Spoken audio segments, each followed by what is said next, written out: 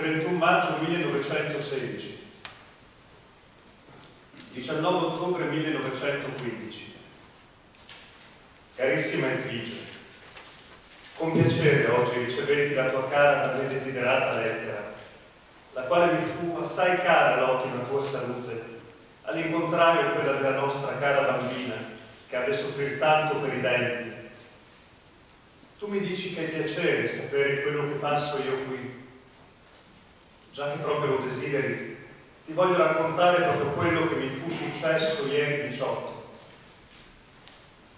Ti dico altro che puoi portare proprio un quadro a Santa Gabriele, per grazia ricevuta, che non mi credevo di ritornare indietro ancora sano e salvo, sotto quel fuoco che ci siamo trovati, che sparava fucili e cannoni da una parte e l'altra, il quale ti dico che c'è rimasto morto anche un caporale che sta nella compagnia di Chiari, che si chiama Libretti, che mentre era stato colpito di 2 pallottole salutò i suoi compagni negli ultimi estremi. Ti puoi immaginare il dolore che ho provato non potendo riportarli indietro con noi, ma a causa di essere immesso a corne e boschi e inseguiti di questi austriaci mi toccò lasciarlo dolorosamente, dandoci un caro saluto sul campo.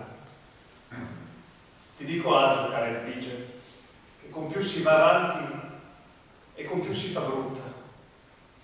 Dunque prega Dio per il tuo povero Felice, che mi sembra impossibile che possa avere la fortuna di ritornare. E se proprio sarò sfortunato di rimanere sul campo, ricordati sempre del tuo amato sposo, che tanto ti pensa e t'ama, e perdonaci se qualche volta avrà mancato. Più ti raccomando la cara povera nostra piccina, se dovrà essere sfortunata di rimanere orfana del suo caro babbo senza averlo conosciuto. Ce lo farai conoscere sulla fotografia fatta sul campo in Libia. Che vuoi? Facciamoci coraggio e preghiamo il Signore tutti e due. E riguardo alle mie zie, lascia pure che tacciano. Guarda ad andare d'accordo con i miei e i tuoi genitori. Ti scrissi giorni fa che avevo ricevuto il vaglia e se potevi mandarmi ancora qualcosa, già che la mamma ti aveva detto che ti dava qualche cosa riguardo alla casa. La roba per ora lasciala lì. E se avrò la fortuna di ritornare, voglio avere a casa.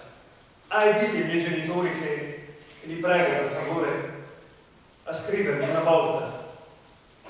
Falla pur leggere tu e, se possibile, scrivi tutti i giorni, che sono stato 4 giorni senza tue notizie e mi sembravano 4 mesi. Ricevi più cari saluti e baci da chi sempre ti pensa e t'ama, tuo affettuoso marito Felice. Dunque, di nuovo 1000 baci e pensa sempre al tuo caro Felice, che può proprio chiamarsi fortunato.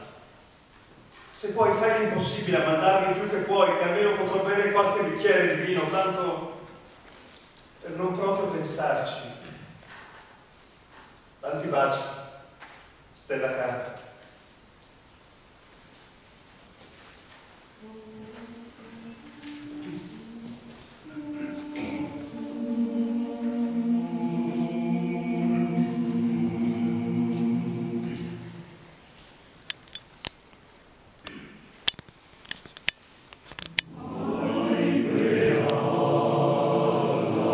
Yeah.